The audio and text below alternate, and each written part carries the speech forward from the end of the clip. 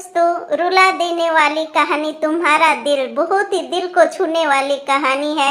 इसमें एक लड़की है सुनीता, बहुत ही खूबसूरत है। जितनी वह सुंदर थी उतनी ही ईमानदार। न किसी से झूठ बोलना, न फालतू की बातें करना, बस अपने काम से काम रखना। सुनीता की क्लास में एक लड़का था जो उसे मन ही मन बहुत ही प्यार करता था। नाम था उसका सुनील।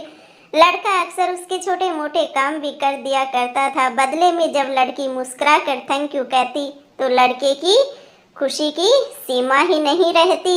एक बार की बात है, सुनीता और सुनील साथ साथ ही घर जा रहे थे, तभी जोरदार बारिश होने लगी। दोनों ने एक पेड़ के नीचे शरण ली।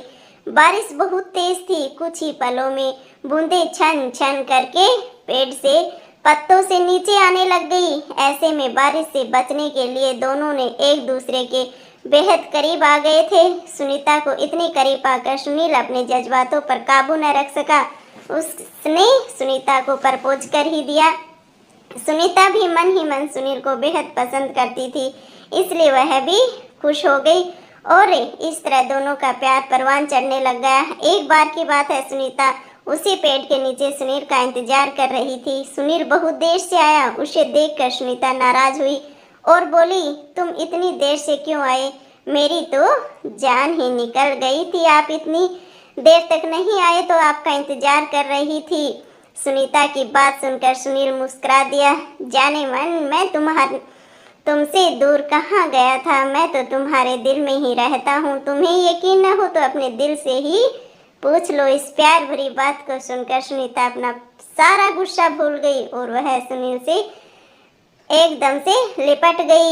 एक दिन दोनों लोग उसी पेड़ के नीचे बैठे बातें कर रहे थे। सुनीता पेड़ के सहारे बैठी थी और सुनील उसकी गोद में सर रखकर लेटा हुआ था। तभी सुनीता बोली, अब तुम्हारी जुदाई मुझसे बर्दाश्त नहीं होती है। तुम्हारे बिना एक पल भी मुझे हजारों साल के बराबर लगता है।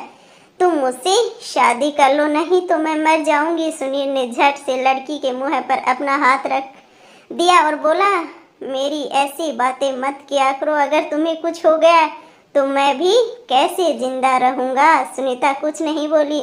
वह उम्मीद भरी नजरों से सुनील की ओर बस देखती रही। सुनील ने अपनी बात आगे बढ़ाई और बोला, तुम चिंता मत करो, मैं जल्दी ही अपने घर वालों से बात करूंगा। धीरे धीरे काफी समय बीत गया। एक दिन की बात है, जब दोनों उसी पेड़ के नीचे बैठे हुए थे, उस वक्त सुनील का चेहरा उतरा हुआ था। सुनील के चेहरे का उतरा हुआ होने का कारण सुनीता के पूछने पर सुनील ने कहा, मैंने अपने घर वालों को बहुत समझाया पर वे हमारी शादी के लिए तैयार ही नहीं। उन्होंने मेरी शादी कहीं और तय कर दी है। यह बात सुनकर सुनीता का कलेजा फट पड़ा। उसका मन हुआ कि वह जोर जोर से रोए, लेकिन उसने अपने जज्बातों पर काबू पा लिया और बोली, सुनील, मैंने तुमसे सच्चा प्यार किया है। मैं तुम्हें कभी भुला नहीं सकती हूँ। प्लीज मुझे माफ कर देना। सुनील धीरे से बोला, वैसे अगर तुम चाहो तो हम लोग अच्छे दोस्त बनकर रह सकते हैं। सुनीता यह सुनकर जोर जोर से रोने लगी। सुनील ने उसे बहुत समझाया पर सुनीता चाह कर भी अपने आप पर काबू नहीं कर पाई और वह रोते हुए अपने घर की ओर चली गई थी। देखते ही देखते सुनील की शादी का दिन भी आ ही गया। उसे यकीन था कि उसकी शादी में सुनीता जरूर आएगी, पर ऐसा नहीं हुआ।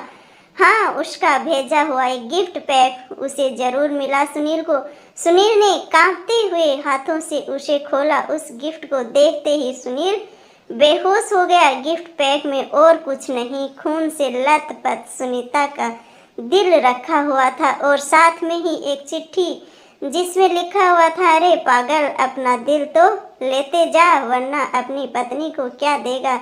दोस्तों, किसी के लिए मोहब्बत टाइम पास होती है और किसी के लिए जिंदगी से भी बढ़कर होती है। इसलिए अगर किसी से मोहब्बत करना हो तो उसे ताउम्र निभाना, वरना क्या पता हम सबका हाल भी सुनील जैसा हो जाए, जो उस दिन के बाद न तो जी सका और न ही मर सका। उसकी सारी जिंदगी पछतावे की एक दर्द भरी दास्तान में ही गुजरी थी। आप लोगों को ये हमारी दर्द भरी कहानी कैसी लगी कमेंट करके ज़रूर बताना।